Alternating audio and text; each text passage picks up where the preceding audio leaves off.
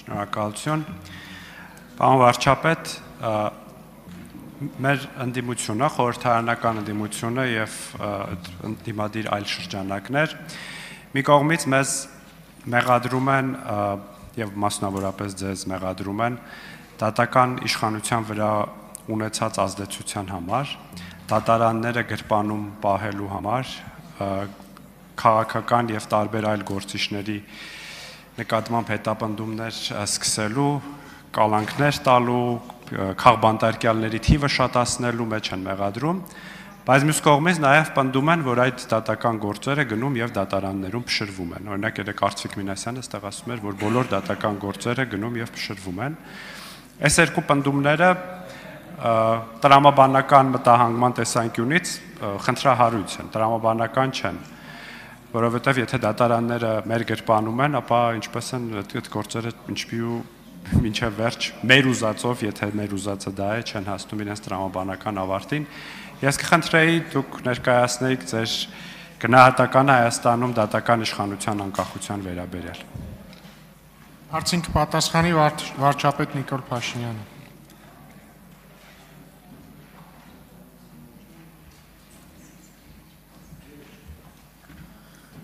Շնորհակալ եմ պարոն Խանդանյան հարցի համար, ես էլ կարծում եմ, որ ցավոք սրտի Հայաստանում դատական իշխանության վրա շարունակ շատ մեծ ազդեցություն ունեն այն մարդիկ, ովքեր մեզ մեղադրում են ձեր ասած բաների մեջ։ Իհարկե այստեղ արձագանքը պիտի լինի այն, թե ինչով եք զբաղված 7 տարի եւ այլն եւ այդպես շարունակ, բայց դատական համակարգի խնդիրները իրականում շատ ավելի խորն են, քան մենք պատկերացնում ենք, եւ ես դրա մասին մի քանի անգամ առիթ ունեցել եմ ասելու։ Հիմա եկեք եւ գնանք եւ տեսնենք ժողովուրդը ինչ է ասում դատական համակարգի եւ դատական process-ների մասին։ Ժողովուրդը շարունակաբար խոսում է, որ դատական համակարգը ընդհանրապես այս թեման էլ կա, որին ես կարծում եմ, որ նոր սահմանադրությամբ մենք պետք է անդրադառնանք խնդրին, որովհետև տեսեք ասում ենք, որ դատական համակարգի անկախություն, մենք պետք է արձանագրենք, իսկ ինչ նկատի ունենք դա, ումից անկախ, որովհետև Հայաստանի Հանրապետությունում բոլոր իշխանությունների համար մի աղբյուր կա, այդ ժողովուրդն է։ Ես այսօր տեսնում եմ համակարգային խնդրեմ, որ մեր դատական իշխանությունը օրգանական կապ չունի ժողովրդի հետ։ Այսինքն ինքը մի կղզիացած վիճակ է, որը եւ այդ օրգանական կապի բացակայությունը լրջագույն խնդիրներ է ստեղծում։ Ինչպես այդ օրգանական կապի խնդիրը լուծել, դրա որոշ հատվածի ես անդրադարձել եմ, մասնավորապես խոսքը երթվյալ ատենակալների համակարգը ներդնելու մասին է, եւ ելի ուրիշ գաղափարներ կան, որը ես կարծում եմ նոր սահմանադրության համատեքստում մենք պետք է քննարկենք եւ լուծումներ գտնենք։ Իհարկե այն էլ կա, որ դատական այն համակարգը, որը մենք երազում ենք, եւ ընդհանրապես պետական համակարգը, որը մենք երազում ենք, մենք մի բանի չենք առերեսվում։ Դա ենթադրում են հանրային լուրջ ներդրումներ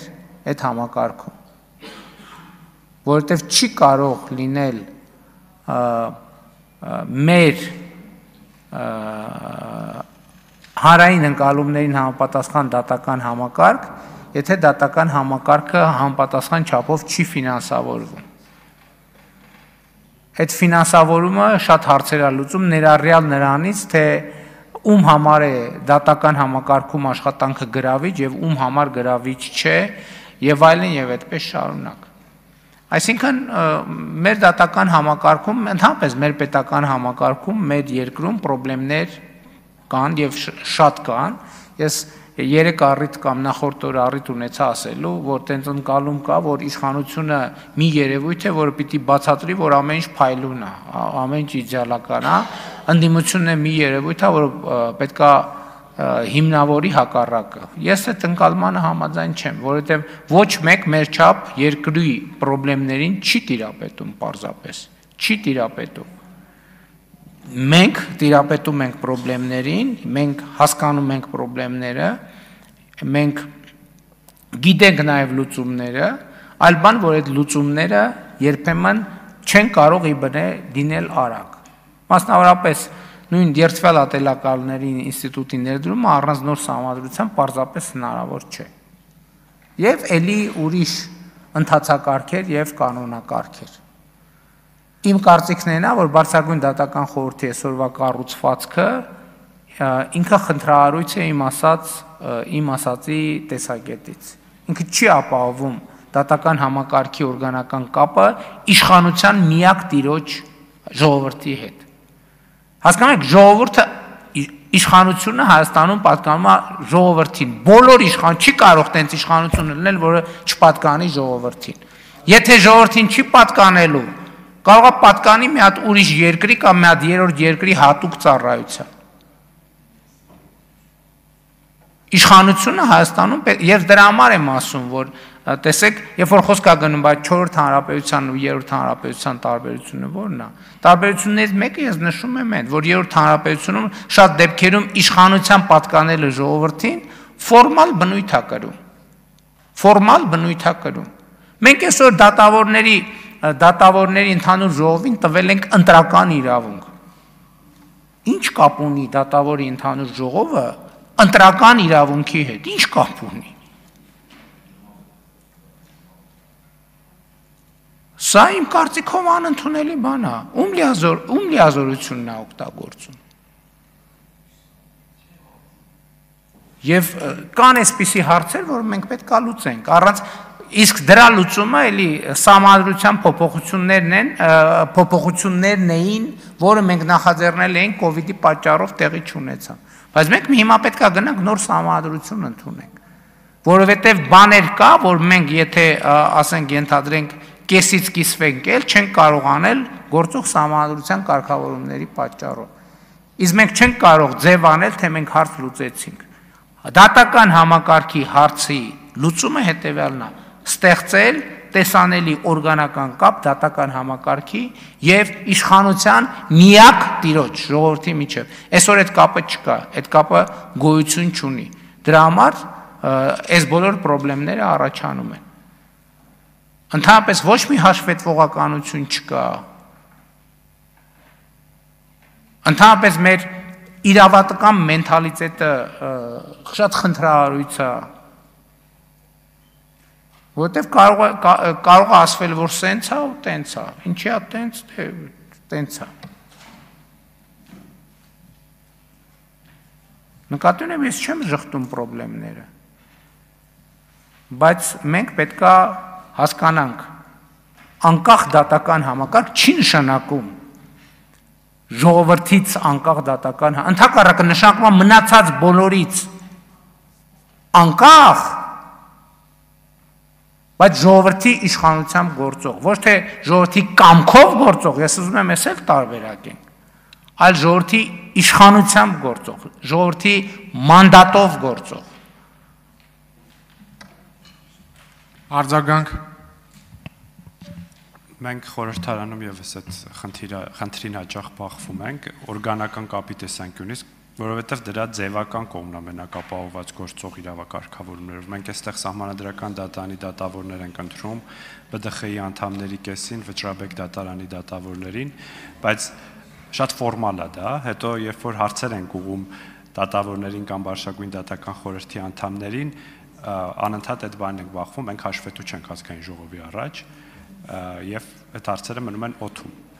Ուստի համաձայն եմ, որ նոր սահմանադրությունը պիտի լուծի այդ հարցը։ Սամ ես չեմ էլ եմ ասում, չի կարող ժողովրդից անկախ իշխանություն լինել։ Պատկերացրեք ազգային ժողովը ասի, դե մենք անկախ իշխանություն կամ կառավարությունը չի կարող ժողովրդից անկախ իշխանություն, որովհետև իշխանությունը պատկանում է պետությունն է նա, որ իշխանությունը պատկանում է ժողովրդին։ Եվ այս օրգանական կապերը իմիջիայլոց ասեմ, հայաստանյան առաքելական Սուրբ եկեղեցու հետ կապված է մենք տենց խնդրեմ ունենք։ Որովհետև ժողովական կառավարում ընդհանրապես չկա, եկեղեցին համայնքն է, հարգելի գործընկերներ։ Եկեղեցին համայնքն է։ Ոնց հոգևոր համայնքը հոգևոր հոտը իրավունք չունենա, որոշումների վրա ազդել, ով է իր թեմի առաջնորդը, ով է իր քահանան եւ այլն եւ այսպես շարունակ։ Ընդհանրապես մեր եկեղեցին էլ ոչ թե մեր եկեղեցին, այսօրվա եկեղեցական վերնախավը ոչ մի կապ չունի ժողովրդի հետ, ոչ մի հաշվետվողականություն չունի ժողովրդի հետ։ Դրա համար էլ մենք բանը ու ես դա նորմալ եմ համարում։ Ես նորմալ եմ համարում, ես չեմ փոխում դրանից։ Ասենք մի հատ նոր, եթե ժամացույց ես կապում, պետք է 3 տարի բացատրես այդ ժամացույցը որտեղից ես կապում եւ դա նորմալ է եւ դա մենք ենք այդ համակարգը ստեղծել։ Կոռուպցիայի կանխարգելման հանձնաժողով, հայտարարագրում, չգիտեմ, այլ մեխանիզմներ, ESN, ՀԿ-ների, գնումների, մամուլի ազատություն, մեր օրոքա Հայաստանը խոսքի եւ մամուլի ազատության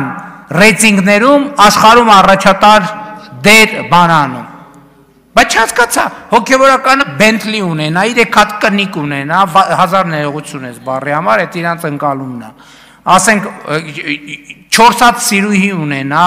ամեն բանում երկրում մի հատ երեխա ունենա, չգիտեմ ոսկեղեններ ունենա, ինչ ասես ունենա, ով ոչ մեկին հաշվետվություն չտա, խելագար եք դուք։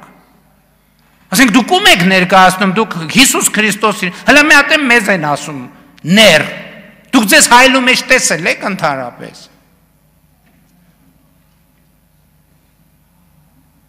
Եվ սա այս խնդիրները պետք է լուծվեն, Հայաստանը չի կարա զարգանա առանց այս խնդիրների լուծման։ Մամուլում հայտնվում է, որ կաթողիկոսի աղբերը KGB-ի գործակալը, ոչ մի բան, ով է հարց տալիս։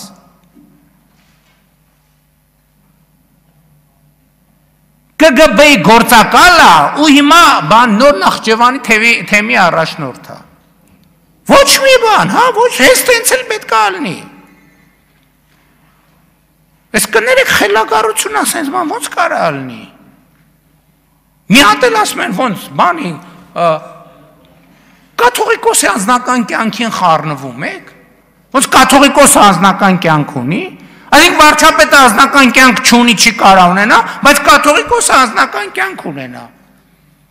Էսա կսկսեն բանի եպիսկոպոսների սեռական կողմնորոշման իրավունքը պաշտպանել։ Միջազգային բաներով, կոնվենցիաներով։ Բա հարցազրույց եղավ եկեղեցու սպասավոր, ով ներսից գիտի, ասում է բանը ինչ որ մեկը սեռական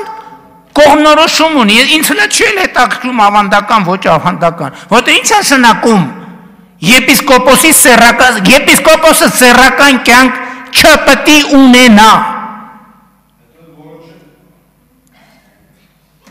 Ու ոնց Հայաստանում մարդկա, որ մտածում է կարա ուրիշ բան տեղի ունենա, Հայաստանում մարդկա, որ պաշտպանում է այս դիրքորոշումը, բացառված է, որ այդ մարդը Հայաստանի հետ կապ ունենա։ Ինքը ուրեմն բանն է, այդ բանի եզրասի, այդ բանի գործակալական ցանցի անդամ է, ուղիղ կամ անուղղակի։ Մեկը մեր մասին մի հատ հայտարարություն անի, ասի տեսել եմ բանում անտառում փռշտալիս։ Լսեք, ամիսներով կքննարկեն։ Հիմա մեկը KGB գործակալ է, մեկը բան է։ Քահանաների հետևից անգնում ձեռներակցում լռություն կատարյալ։ Լսեք, սա այլասերվածության կատարյալ աստիճանն է, այլասերվածության։ Ու սրա մասին մենք պետք է լռենք։ Կաթողիկոս կոչվածը Գարեգինը աղջիկ ունի, թե չունի։ Ունի, թե չունի։ Այս հարցին պատասխանել է այդ մարդը։ Աղբերը, որ KGB-ի գործակալը, որևէ բացատրություն տվել է։ KGB-ի գործակալը մեծ հայրենասիրություն բացատրողն է, մեր ազգային ինքնությունը մեծ բացատրողն է։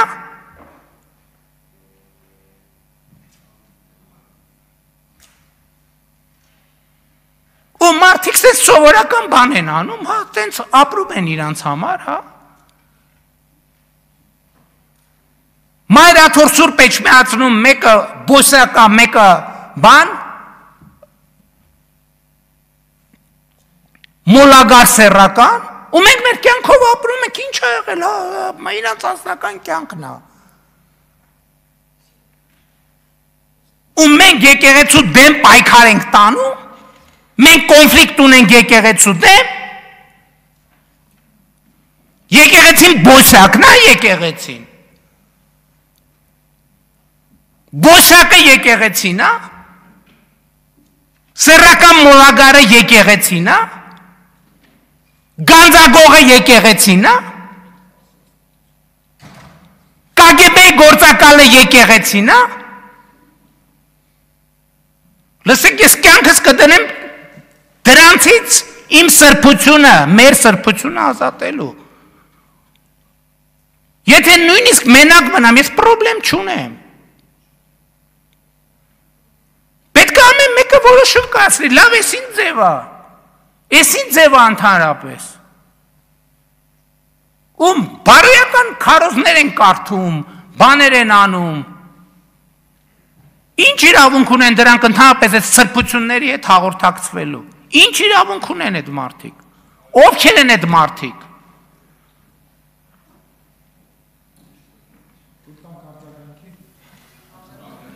Արձագանք էլ է։ Հիմա հարությունը պետք է արձագանքի, ոչ թե պատգամավորը։ Արմենուհի Ղազարյան։ Հայաստանի Հանրապետության մեծարգո վարչապետ, կառավարության հարգարժան անդամներ, հարցս ուղղում եմ սոցիալական աշխատանքի և սոցիալական հարցերի նախարար պարոն Թորոսյանին։ Պարոն Թորոսյան, այսօր էլ մեր հասարակության մեջ հանդիպում ենք անչափահասների, որոնք աշխատում են չունենալով կնքված աշխատանքային պայմանագիր այս կամ այն գործատուի մոտ, ինչն էլ բնականաբար օրենքի խախտում է և անչափահասի իրավունքների ոտնահարում, անկասկած ունեք ուսումնասիրություններ այս արատավոր երևույթի հետ կապված, պարոն նախարար, կան որոշակի տվյալներ և ինչպիսի աշխատանքներ են տարվում այս ուղղությամբ։ Հարցին կպատասխանի աշխատանքի և սոցիալական հարցերի նախարար Արսեն Թորոսյան։